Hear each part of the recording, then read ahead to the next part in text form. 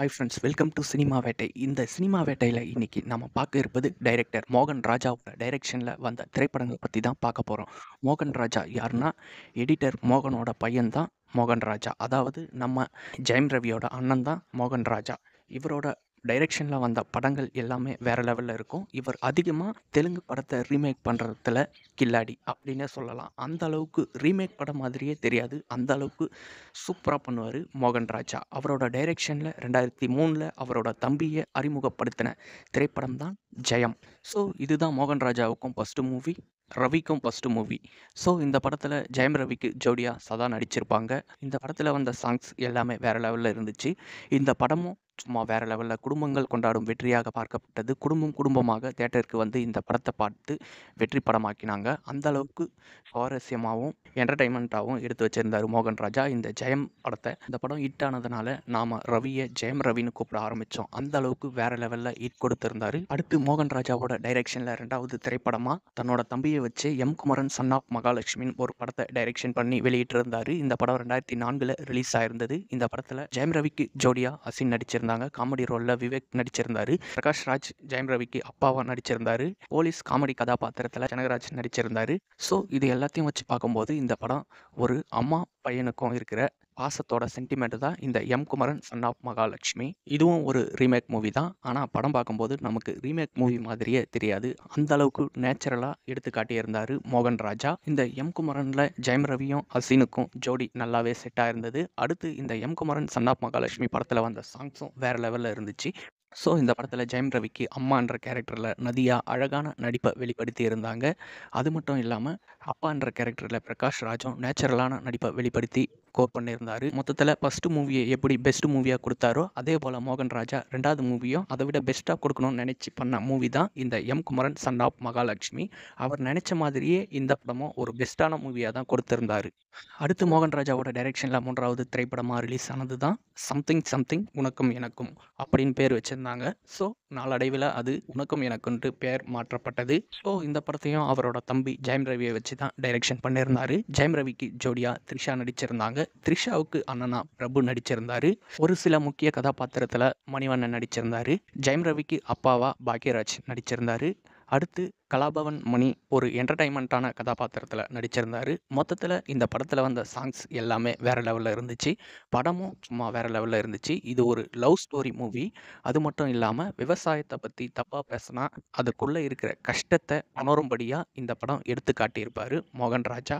அந்த அளவுக்கு தெளிவான திரைக்கதையை அமைச்சு கொடுத்திருந்தாரு மோகன் ராஜா. அடுத்து மோகன் ராஜாவோட டைரெக்ஷனில் 4வது திரைப்படமாக ரிலீஸ் ஆனது சந்தோஷ் சுப்ரமணியம். இந்த படத்துலேயும் தன்னோட தம்பியை வச்சு தான் டைரெக்ஷன் பண்ணியிருந்தார் மோகன் ராஜா. ஜெயம் ரவிக்கு ஜோடியா ஜெனிலியா நடிச்சிருந்தாங்க. அடுத்து இந்த படத்தில் ஜெயம் ரவிக்கு அப்பாவா பிரகாஷ் ராஜ் நடிச்சிருந்தாரு. ஸோ ஜெயம் ரவிக்கு அண்ணனா கிரிக்கெட் பிளேயர் சடகோபன் ரமேஷ் நடிச்சிருந்தாரு. படத்தோட கதையை பொறுத்த வரைக்கும் அப்பா என்ன சொன்னாலும் அதை ஃபுல்லாக கேட்குற மாதிரி தான் வடிவமைச்சிருப்பார் மோகன் ராஜா. ஸோ இதற்கிடையில் ஒரு சில முடிவுகளை தன்னிச்சையாக முடிவெடுப்பார் ஜெயம் ரவி. அது கதையோட சுவாரஸ்யமாக என்டர்டைன்மெண்ட்டாக பார்க்கப்பட்டது.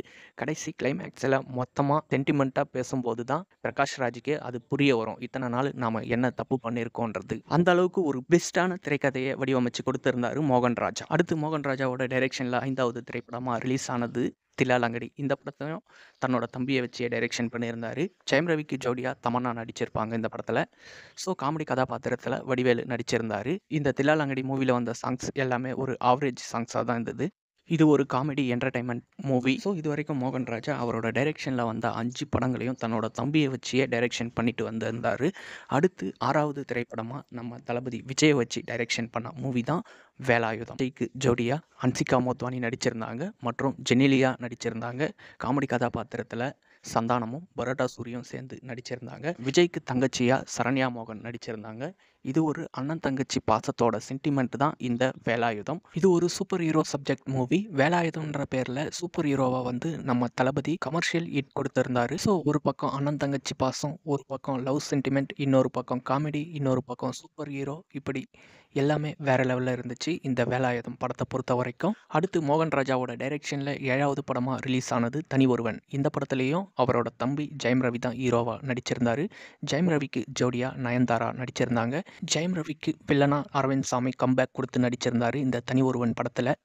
தனி ஒருவன் படத்துக்கு முன்னாடி மோகன் ராஜாவோட டைரக்ஷன்ல வந்த எல்லா மூவியுமே ரீமேக் மூவி தான். ரீமேக் பண்றதுல இவர் ஒரு கில்லாடி. அப்படி இருக்கும்போது ஒரு கட்டத்துக்கு மேல மோகன் ராஜாவ ரீமேக் மூவி டைரக்டர்னு முத்திர குத்திட்டாங்க. இந்த தனி ஒருவன் படத்தின் மூலமாக தான் மோகன் ராஜா புதுசா ஒரு ரிஸ்க் எடுக்க ஆரம்பிச்சாரு. இனிமே ரீமேக் மூவி பண்ண போறதில்ல. தன்னோட முயற்சியால, தன்னோட உழைப்பால புதுசா ஒரு மூவிய தானே உருவாக்குறேன்ட்டு தன்னோட தம்பிய வச்சு தனி ஒருவன்ற மூவிய பண்ணாரு.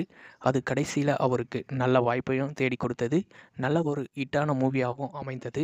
இந்த படத்துல வில்லன் கேரக்டர்ல சித்தார்த் அபிமன்யுன்ட்டு அரவிந்த் சாமிய நடிக்க வச்சது இந்த படத்தோட முக்கியமான ப்ளஸ் பாயிண்ட்னே சொல்லலாம். அடுத்து இந்த படத்தோட இன்னொரு plus point music director hip hop Tamizha Aadhi. அவர் போட்டு கொடுத்த மியூசிக் இன்னைக்கு வரைக்கும் வேற லெவல்ல இருக்கு தனி ஒருவன் படத்துல. அதுவும் சித்தார்த் அபிமன்யுக்காக அவர் தனியா போட்ட பிஜிஎம் படத்தை பிரிச்சு மேய்ஞ்சுதுன்னே சொல்லலாம். அந்த அளவுக்கு வேற லெவல்ல இருந்துச்சு இவரோட பேக்ரவுண்ட் ஸ்கோர்லாம். மோகன் ராஜாவை பொறுத்த வரைக்கும் தன்னால ரியலா ஒரு படத்தை பண்ண முடியுன்றதை இந்த தனி ஒருவன் படத்தின் மூலமாக நிரூபிச்சு காட்டியிருந்தாரு. அடுத்து மோகன் ராஜாவோட டைரக்ஷன்ல 8வது திரைப்படமா ரிலீஸ் ஆனது வேலைக்காரன். இந்த படத்துல சிவகார்த்திகேயன் நடிச்சிருந்தாரு. சிவகார்த்திகேயனுக்கு ஜோடியா நயன்தாரா நடிச்சிருந்தாங்க. இந்த படத்துல சிவகார்த்திகேயனுக்கு வில்லன் கேரக்டர்ல நம்ம பகத் பாசில் நடிச்சிருந்தாரு. முக்கிய கதாபாத்திரத்துல பிரகாஷ் ராஜும் இந்த படத்துல நடிச்சிருந்தாரு. இந்த வேலைக்காரன் படத்தை தன்னோட முயற்சியால ரியலா எடுத்திருந்தாரு மோகன் ராஜா. இப்படிப்பட்ட ரியலான கதையை எடுக்கிறதே ரொம்ப பெரிய விஷயம். அதை மோகன் ராஜா தைரியமா எடுத்து காட்டியிருந்தாரு. இதனால எந்தவித பாதிப்பும் வரலாம். அரசியல்வாதி கிட்ட இருந்து அல்லது கார்ப்பரேட் நிறுவனத்துக்கிட்ட இருந்தும் இவருக்கு எதிர்ப்பு வரலாம். இதை எல்லாத்தையும் தாண்டி தான் நினைச்சதை திரையில கொண்டு வரணுன்றதுக்காக மோகன் ராஜா எடுத்த திரைக்கதை வேற லெவல்ல இருந்துச்சு இந்த வேலைக்காரன் படத்துல. அடுத்து மோகன் ராஜாவோட டைரக்ஷன்ல 9வது திரைப்படம் தனி ஒருவன் பார்ட் 2. அதற்கடுத்து மோகன் ராஜாவோட டைரக்ஷன்ல இன்னும் எந்த படமும் ரிலீஸ் ஆகல. கிட்டத்தட்ட 2-3 வருஷத்துக்கு மேல ஆகுது மோகன் ராஜாவோட டைரக்ஷன்ல எந்த படமும் ரிலீஸ் ஆகாம இருக்கிறது. அடுத்து தன்னோட தம்பியை வச்சு தனி ஒருவன் பார்ட் 2 என்ற படத்தை எடுத்துட்டு வராரு. அதனோட டீசர்லாம் சமீபத்தில் வெளியிட்டிருந்தாங்க. டீசரும் நல்லாவே இருந்தது. இதில் வில்லனா யார் நடிக்க போகிறாங்கன்றது கெஸ் பண்ணுற அளவுக்கு இந்த டீசரில் கொடுத்து வச்சுருந்தாரு மோகன் ராஜா. இது வரைக்கும் மோகன் ராஜாவோட டைரக்ஷனில் வந்த திரைப்படங்கள் எந்த படம் உங்களுக்கு ரொம்பவும் பிடிச்ச படம்ன்றதை கமெண்ட்டில் சொல்லுங்கள். எனக்கு ரொம்பவும் பிடிச்ச படம் தனி ஒருவன். நான் தனி ஒருவன் பார்ட் 2 படத்துக்காக ரொம்பவே வெயிட் பண்ணிட்டு இருக்கேன். நீங்கள் எந்த படத்துக்காக வெயிட் பண்ணுறீங்கன்றதை கமெண்ட்டில் சொல்லுங்கள். Thank you friends.